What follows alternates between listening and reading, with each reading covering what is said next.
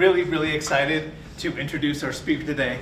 I'm just going to keep this really brief, and then you'll see a brief video introduction. He is the youngest of 9 children. It's possible that you didn't see him. It's this guy right here, in case he's hard to see. He was raised on a dairy farm in Wyoming. This is an unlikely beginning for someone who would become a gold medal winner and a distinguished member of the Wrestling Hall of Fame. He has lived a life that is exemplary in terms of hard work and dedication. You're going to see a video that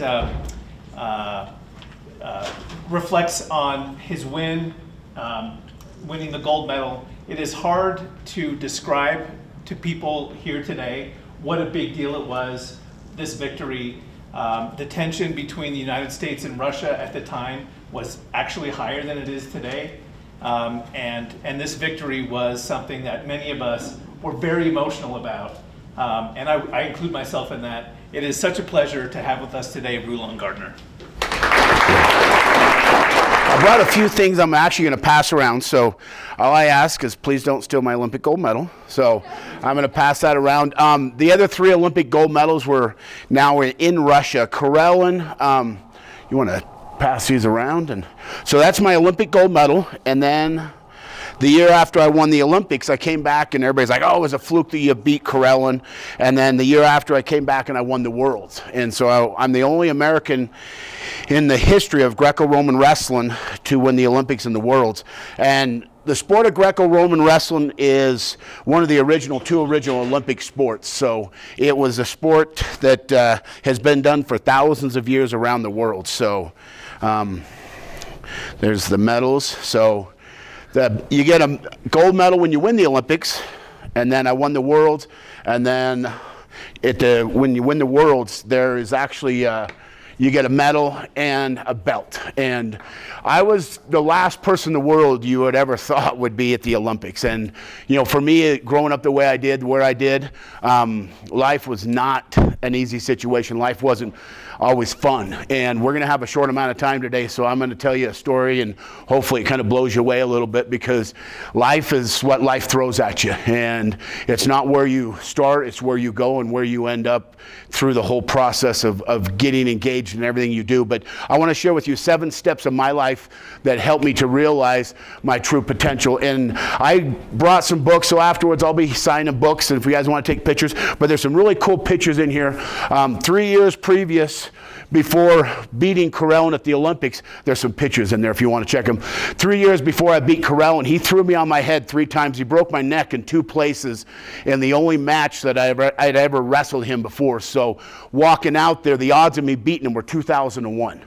But the way I look at life is the opportunity is there. It's not a matter of what you've done along the way. It's what you're going to continue to do, develop, and make your life special. And I want to share with you these 7 steps. And the first one is to go back to the basics. Each and every one of us have basic characteristics, the things that make us who we are, what we do, and behave the way that we are in our lives. And for me, I grew up the youngest of on the dairy farm, and there's a term we used on the farm where the cow manure runs downhill. Being the youngest child, I got to crap work. And everybody, talks about, farm tractors and driving around 4-wheelers.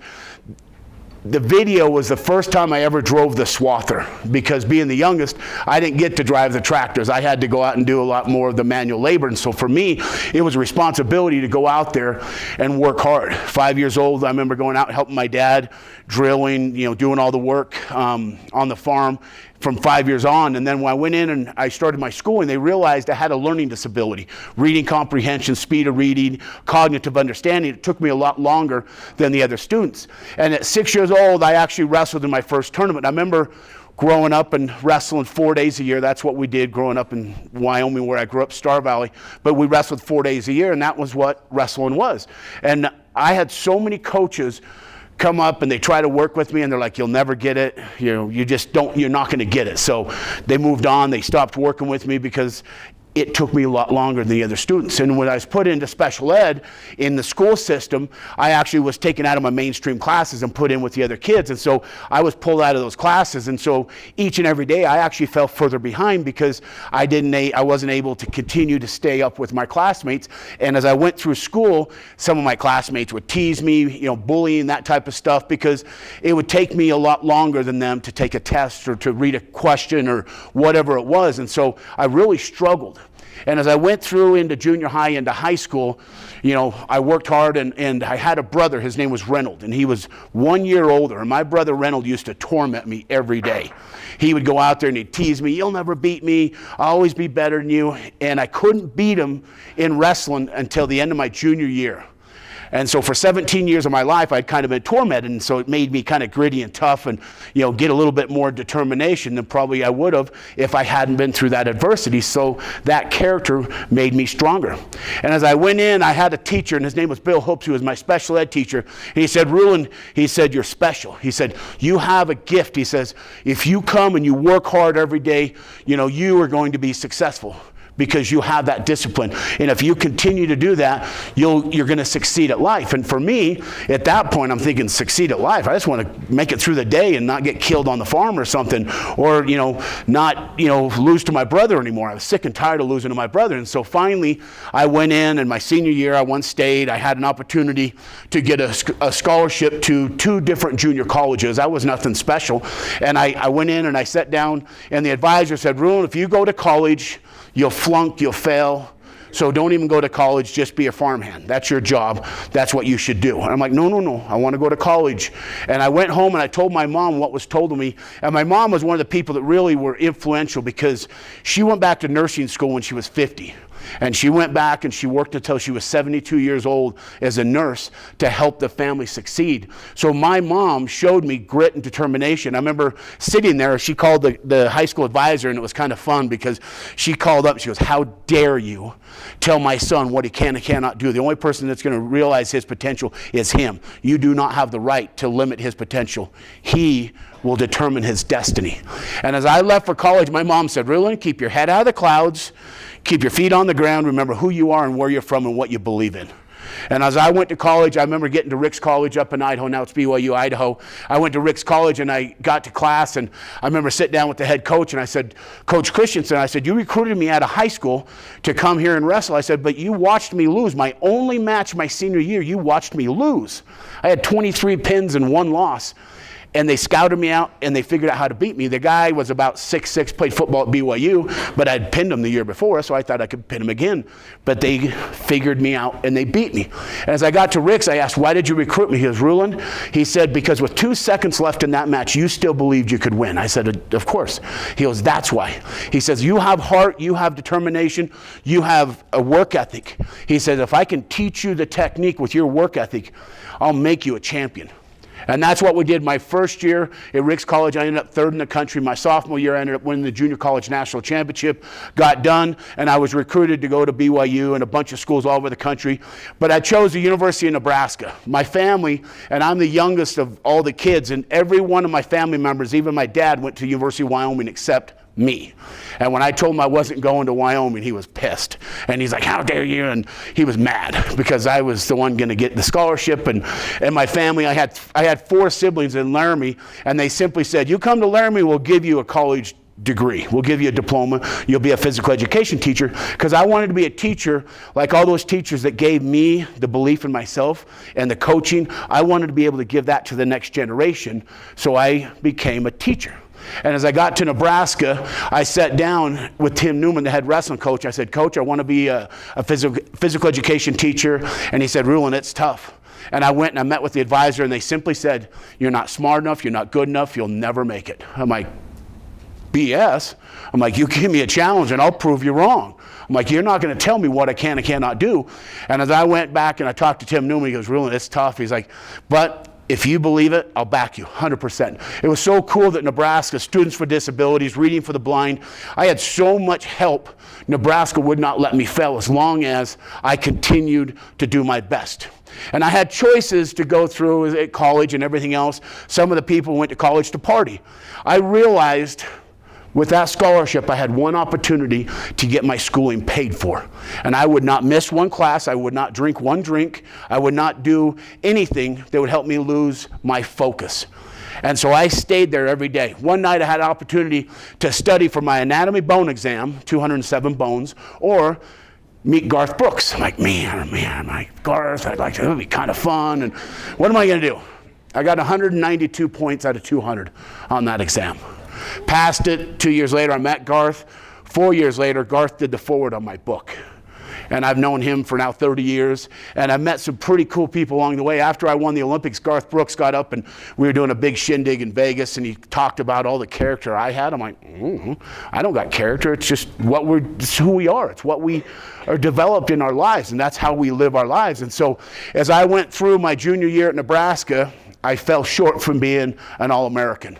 And I was disappointed. And I went into my senior year at Nebraska in sports, my senior year. But as I went into my senior year, it was the first year that I trained year-round. Because growing up on the dairy farm, we were up at 6 o'clock every morning during the summers, working all day, spraying weeds, changing pipe, hauling hay, doing all that manual stuff. So I was used to working hard.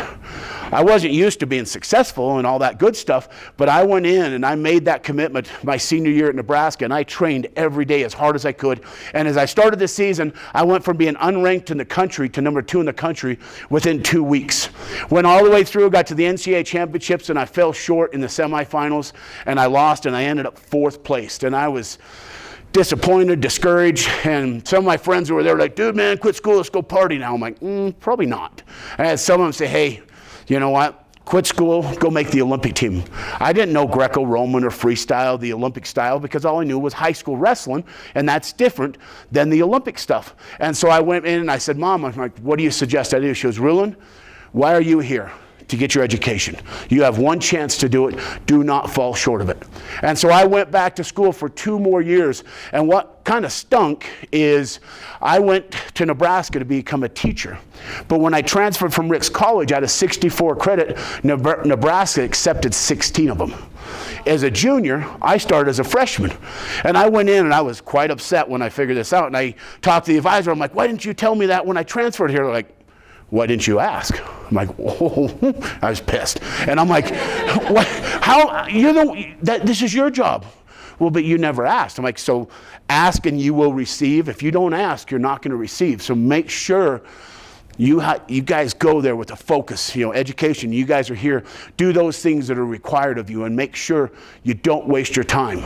As I went through, I came back and I was in my last semester, and Nebraska said, if you do not pass, the program has changed so much that you'll have to do 2 more years of school if you don't pass. I finally did my student teaching. I got my degree, graduated, got my degree. And they said, oh, do you want to go, walk and get your diploma? I'm like, mail it to me. I'm out of here. So I moved out from Nebraska to Colorado Springs, Colorado, and I got exposed to Greco-Roman. Matt Ghaffari was in the video. He was the American that ended up losing to the Russian in the 1996 Olympics. And I started to train with Matt Ghaffari, and he was just like my brother. He was a jerk, and you'll never beat me. I'll always be better than you. And he was a 3-time world and Olympic silver medalist. All 3 times he lost to the Russian. And as I went in, I started training, I thought, man, I'm like, why am I doing this? It's just like starting all over at 5 years old. I'm getting smoked by these guys that are better than me. And I'm like, you know what?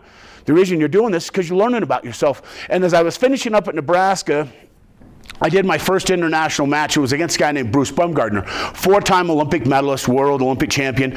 And Bruce Baumgartner was the athletic director at Edinburgh University. And I used to go out there and train with him, and he used to just crush me. And I remember, gut wrenches, my ribs would be raw. I was one night in the tub, I'm just sitting there crying. I'm like, why am I doing this? I'm like, because you're getting better, you're getting tougher, and all that stuff. And I'm like, Bruce, why are you, I didn't win an NCAA title. I'm like, do you guys know Kurt Angle, WWE? So Kurt Angle, he was out there training, but Bruce wanted to train with me. I said, why me? I said, you can train with anybody else that's better than me. He goes, Rulon.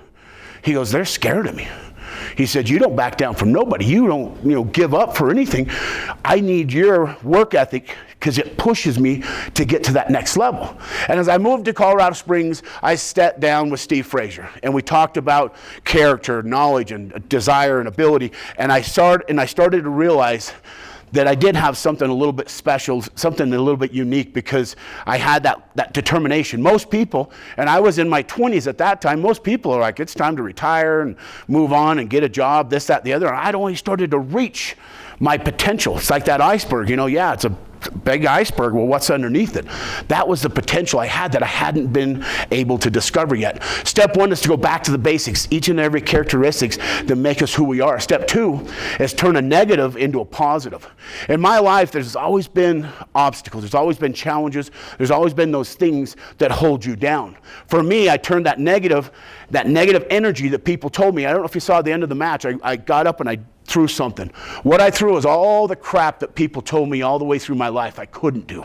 And I threw it right back in their face and said, look at what I've now done. By step 2, turning that negative into a positive, I let that fuel turn into a fire that drove me to work hard, to believe in myself, to commit, to just believe that I could make a difference in my life. Step 3 is to go out and enlist other people. One of our coaches, a guy named Steve Frazier, 1984 Olympic champion, he was our national team coach, and I moved out to Colorado Springs. I sat down, they called it an APR, Athlete Performance Review. And we sat down and he said, Rulon, okay, let's look at it. You're 6'1". Corellin was 6'6". The guy that I beat in the Olympics in 2004 was 6'9", 8 inches taller than me. But it's not about the size of the dog, it's the fight in the size of the dog. And that was the one thing that I was good at. You piss me off, I'm going to come back hard and heavy at you, and I'm going to make you pay. And that was one of the things I had to tap into. And Coach Frazier said, Rulon, you don't know how to throw people, because I never knew how to throw people growing up. I knew how to throw hay bales. And he's like, you don't have a lot of technique in Greco-Roman, but we can fix that. But what you do have, and we call these things positive affirmations, they're the things that make you what you're good and that make you successful. And he says you have hard work, you have commitment, desire, devotion, all that stuff that makes you different. He said, I can see it, and I can see that you're unpolished, but if you train, I know you'll make the Olympic team and you'll win an Olympic medal. And I didn't see it in me, but I'm like, okay, so I believed. 1996, I graduated college. 97, I got to make the world team. McAfee, the American, the #1 guy, took a year off. So I went to the Worlds, and I lost to Corellin 5-0, threw me on my head 3 times. And as I walked off the mat, I'm like, that dude's pretty good. I didn't know he was 13-year undefeated Olympic champion. I was new to the sport, so I was getting educated. But as I lost to him, I broke my neck in the semifinals. The next match, I was wrestling the Cuban, Hector Milan, Olympic champion, and I was wrestling him. He straightened my arm and snapped it, broke my arm in 2 places. For the next year, I came back and I trained, I worked through the injuries, but I lost in 1998 to McAfee. He took second at the Worlds that year. 99 for the next year, and I was traveling all over the world. I've been to 44 countries, seen the world, and I came back in 99, I lost to not Ghaffari, but to another American named Dramil Byers. And I went to #3 again, and I sat down with Steve Frazier. I said, Steve, I've been here for 3 years. I busted my butt. I've done everything you've asked, but I'm #3 again. I have to go somewhere else. He goes, no. He said, I promise you. I see it. Everybody sees it. Everybody knows that you're that close. And if you believe for the next year, as hard as you have for the past 3 years, you'll make the team and you'll win a medal. I'm like, he's the national coach. That's his job to BS, right? And I walked out of there. I'm like, he's telling me all these things that he sees, but I don't see it. But I have to trust it because he had been through war. We'd been through challenging situations, and I committed for the next year. And as I went through into 2000 to Sydney, we got ready to go, and I'm at the Olympic trials. Randy Couture, UFC champion, and Matt Ghaffari was sitting there talking, they're yakking, and I look over, and one of them cracks a joke, and it's the last match to make the Olympic team, and they start laughing like 2 minutes before I walk out, and I'm over there feeling sorry for myself. I can't beat them, I'm not good enough, and you're just not quite there, and I'm feeling down, and I see them start laughing. It pissed me off. I was so mad. I went out there, and I beat them 1-0, but I beat the crap out of them, and I made it a physical war because I was offended. And for me, I don't know if you guys have those voices that motivate you. You got to say, hey, you got to work hard. You got to dig, work, fight. All those things that drove me. And so I went out there and I enlisted all that support. Step 4 is to go out and train hard every day. I trained from 1996, 97, 98, 99. Finally in 2000, I made the Olympic team. My sister walked up, she's like, now what are you gonna do? I'm like, I don't know.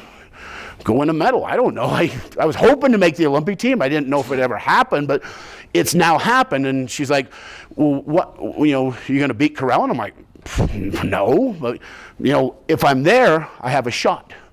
My expectation isn't to win medals. My expectation wasn't to win medals. My expectation was to learn about who I was and my ability and the opportunity to reach my next level. And that's what drove me to work so hard on a daily basis. As Steve Frazier walked in after we made the Olympic team, he came in and said, well, guys, we are predicted to win 0 medals in Greco-Roman this year. And what are you guys going to do about it?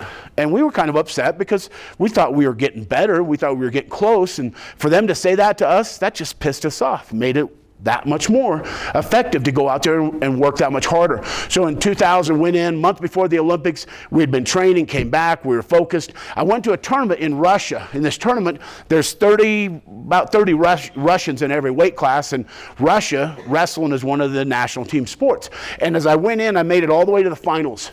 The Russian I was wrestling was a guy that I wrestled the year before that, before I made the Olympic team. So year before, he actually hit a 2-on-1. He snapped my arm so bad it broke my rib over here. Lost that match to him 18-15. And in this tournament in Russia, I'm like, okay, I got to be different. I'm going to come out. I'm going to show him who's boss. I'm going to kick his rear end. And I attacked him when the referee blew the whistle.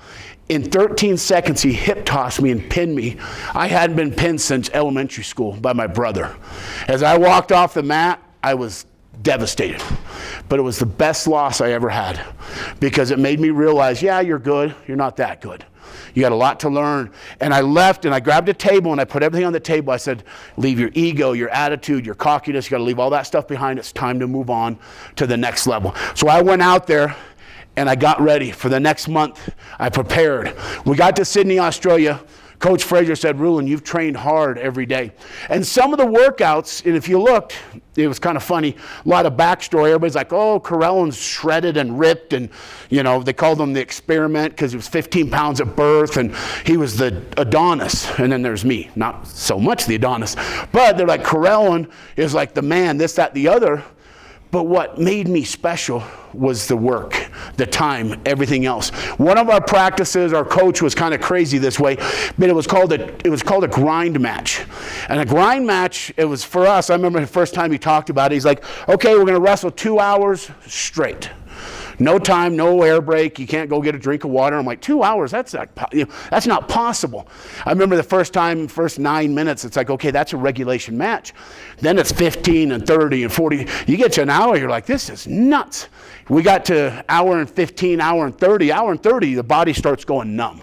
So you don't feel anything, so you're like, heck yeah, I don't feel anything, so get going. And at 2 hours, you're going faster than you were at the beginning. And what was so cool is you start seeing all these mental barriers that you put in front of yourself, and you start shredding, and you get to the other side, you start seeing other things you've never seen before, potential you never had before. The day after a grind match, we'd go in and do shark bait. One guy goes in the middle of the mat 9 to 20 minutes, and then everybody just rotates. I remember starting to do those, and I feel tired, and I'm exhausted. But then I'd start listening, and I could hear the guys, and he'd be,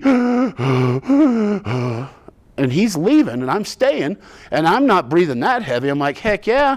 So then it became a war to be the best in shape, conditioned heavyweight out there. And that was one of the things that really drove me to continue to work so hard to get to that top level.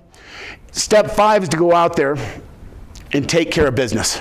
As we got to Sydney, I remember seeing the Olympic flame the first time and we did the opening ceremonies. I got to hang out with the basketball team, all those guys walking in. It was pretty cool doing all that. And I remember going in and I pulled a number out of a hat, number 15. Corellan was number 14. I'm like, crap, I'm going to wrestle him first round and I'll lose and out of the tournament before it even starts. Corellan went to the top side at number 14. I was on the bottom side of the bracket at number 15. So I would meet him further in the tournament. First match, I won 8-2. Second match, 6-0. Third match, I won 2-1. The fourth match, I'm losing to an Israeli who was born and raised in Russia, about 6'6", and he looked like Mr. Clean, just ripped and shredded and all that stuff. And out there, and I've never wrestled them before. There's 20 wrestlers that qualify for the Olympics, and so I'd only wrestled like 2 of them. So all these people are new to me, so I have no history of them, so I didn't know what this guy was good at. And he got ahead of me 2-0. And Coach Frazier's like, Rulon, just wear him down, wear him down, wear him down. And I slowly wore him down, and finally Frazier's like, go for it. And I was so motivated. In wrestling, there's the circle, international wrestling. If you start to throw inbounds and you finish it out of the circle, they'll give you continuation. I was so driven, I carried him to the edge of the mat, I carried him onto the wood floor, then I threw him. And the referee's like, whoa, whoa, whoa, whoa, too far off the mat. The problem was when I threw him, I hit my head on the wood floor, gave myself a concussion, and then I look up and I hear Frazier going, you did it, you got him. I'm like, what are you talking about? He's like, look at him. I'm like, I split his chin wide open on the wood floor. And he was down there and they were taping him up, and Frazier's like, do you see it? I'm like, no. He's like, you broke him. I'm like, he's like, do you see it? I'm like, no. He's like, you're going to beat him. You're going to beat him. You got him. You got him. Okay, I guess so. And I'm trying to get my senses because of the concussion. I'm like, I guess so. And he's like, go score. Go get him. And within 20 seconds of going back, I scored my first point. I scored my second point. I came back as we went into overtime. Within 20 seconds in overtime, I scored my third point. Correllon would kill this guy that I barely beat him 3-2. So that's why he wasn't ready, because before the match had started, they announced his retirement party, and one of my teammates, Olympic teammates, came up and said, aren't you pissed off? I'm like, no. He's like, you know, they already told him he's going to win this, that, and the other. I'm like, I don't care. He's like, but I'd be mad. I'm like, I'm not. I have one purpose, and that's get ready. And before I walked out to get ready to wrestle, my Olympic coach, Steve Frazier, came up, and Dan Chandler, the 2 coaches, are like, Rulon, you're going to beat him, Rulon. I'm like, stop. Just leave me alone. And they're like, but we're your coaches. I'm like, just let me do my thing. Because every day as I lived in Colorado Springs at the Olympic Training Center, I walked in the room in my head thinking there was one person I wanted to wrestle, and that was Correllon. And today was the day I got to wrestle him. As we went out there, Coach Frazier's like, don't back down. You put the pressure on him. He's big and strong. You got to be fast and quick. And once he goes fast and quick, you got to be big and strong. You got to make him wrestle your style of wrestling. Don't wrestle his style, because he'll kill you. But if you push him in ways, you'll beat him. As we went through the first period, we went into the second period. And the old days, the Russians used to pay millions of dollars for points. So they would pay off referees, and there was a conspiracy, all that stuff. So they said, we're going to flip a coin. One wrestler locks up in a body lock. The other wrestler has to defend it. Correllon lost the toss, so he locked up first. As he locked up, I told the referee, I'm like, this isn't fair. And instead of the referee being like Russia, because we knew as we walked on the mat, I was already losing 2-0 before it started. As I went out there, Correllon locked up first. Even though I didn't have a very good lock, I locked up and we blew the whistle. As we started to go, Correllon made a mistake. I scored the point. I got the point. And what's kind of funny is they awarded him or me the point. We both looked at our singlets, and I'm like, huh. I'm like, cool. Correllon was like, I guess so. And the one thing I did, I wiped the sweat off my brow. Everything up to that point was now in the past. I had 5.5 minutes left to come back and to win the match. As time slowly wore down, I ended up winning the match. With 20 seconds left, Correllon simply just stopped because he realized he had no energy left. All that big, beautiful muscle, if you don't train it with your conditioning and everything else, you won't have the ability to outlast somebody who's in good shape. As I won the match, there's something, and this is kind of how I think. I'm a little different than most people, but as I got out there, I won the match, and I got up and I did the cartwheel in front roll.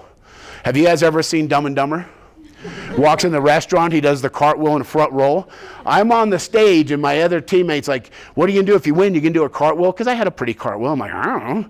And I thought of Dumb and Dumber when I was on the stage, and I never thought about doing it until I did it there. So that's a little bit about how my weird mentality works. But ended up winning the match, came back, did Leno, Letterman, Conan, Rosie, Oprah, all these shows, and they're like, how'd you do it? I'm like, I don't know. They're like, you didn't know? I'm like, no. We had a philosophy and a thought process, but there's no way to gauge something that's almost impossible. The odds of me beating him were 2,000-1. As I came back, 2001, I started training again. I made the world team, made it to the world championships. The Russian that pinned me in 13 seconds, I'm wrestling him in the quarterfinals of the worlds, and I'm losing 3-0. And I threw him 3 straight times, with 15 seconds left, the referees won't give me any points.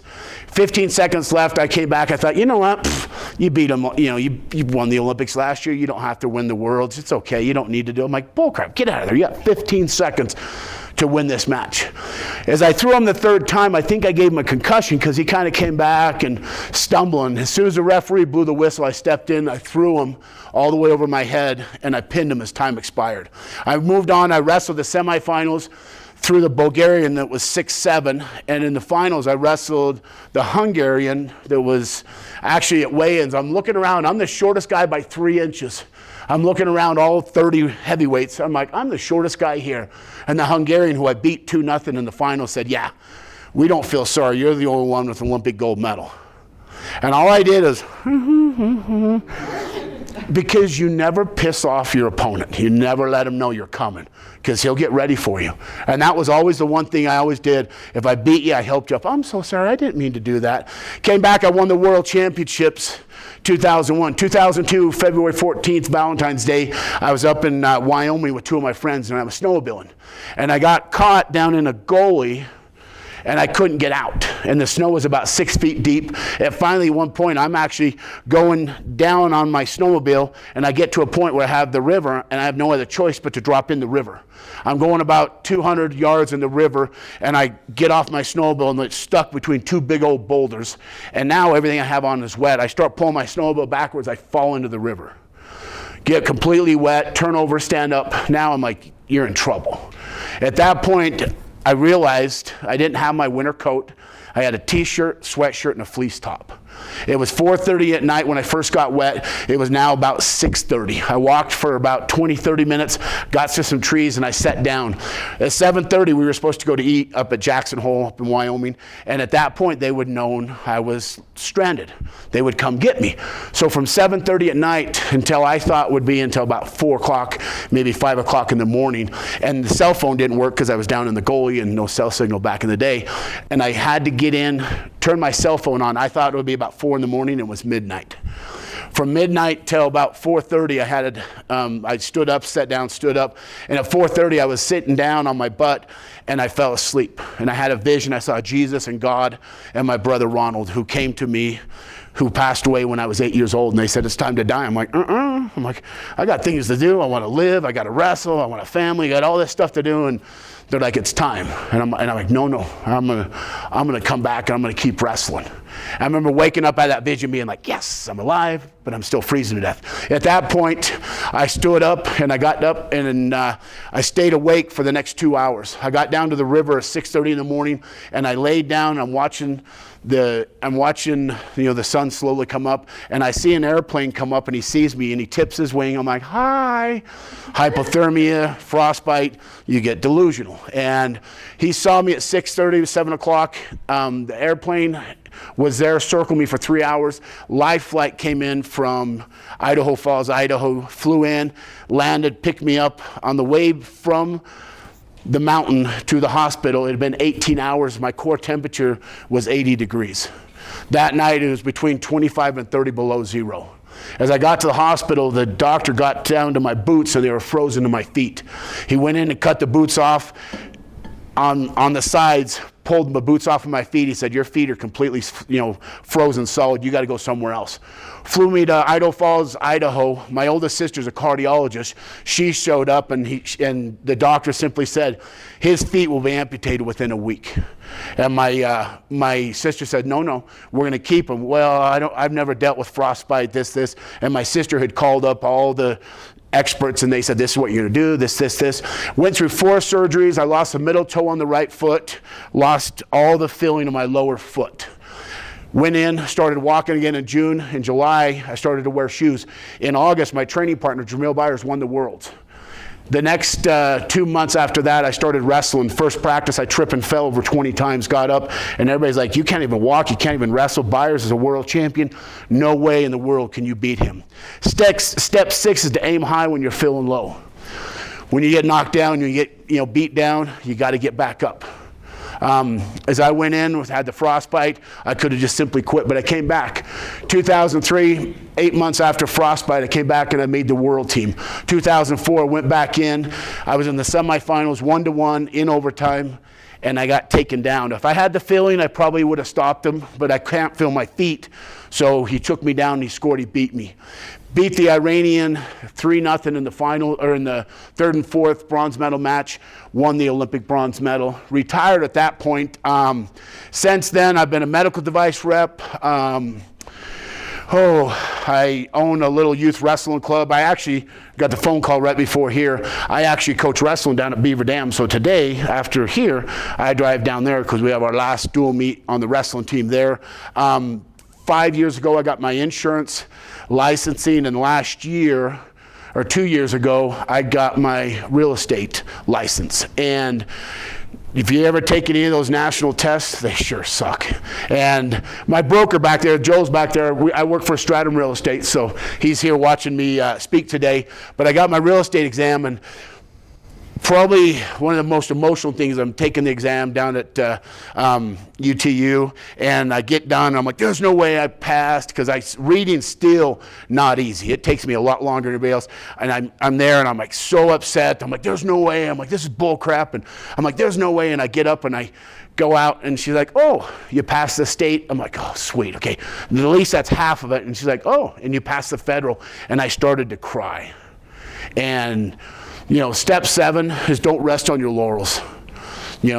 After victories, stuff like that, a lot of people, they don't strive to increase and improve and make things better. And that's the one thing about it, is you got one chance to be on this earth, one chance to appreciate every day in every situation. And don't ever let anybody not tell you can't do it. I'm going to have books out. One thing, 2007, I was in a plane wreck in Lake Powell. That's another fun story.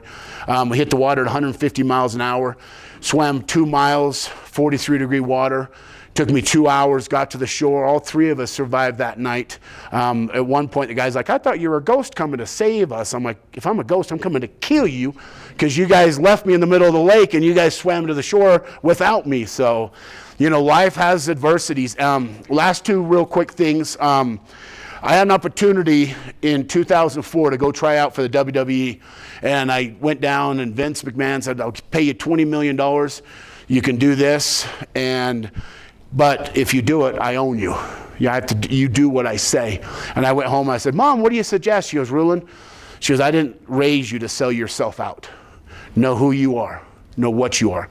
And later that next month, they offered me a contract to go fight in Pride against a judo Olympic champion. After I beat the Russian, there was death threats against me, so I've never actually been in a real fight, so I want to know how to punch. So I went to Japan and I won a fight. I won $200,000 in $100 bills. Came back, I won the fight, and they said, hey, you want to fight Fedor? Best fighter in the world for $1 million. And I said, Mom, what do you think? She goes, Rulon, I didn't raise you to kill people. Remember the things and the values. Well, after that, it was about 8 years later, my mom passed away. And those are the things and the people that make a difference in our lives. So thank you very much. Was it good? Thank you.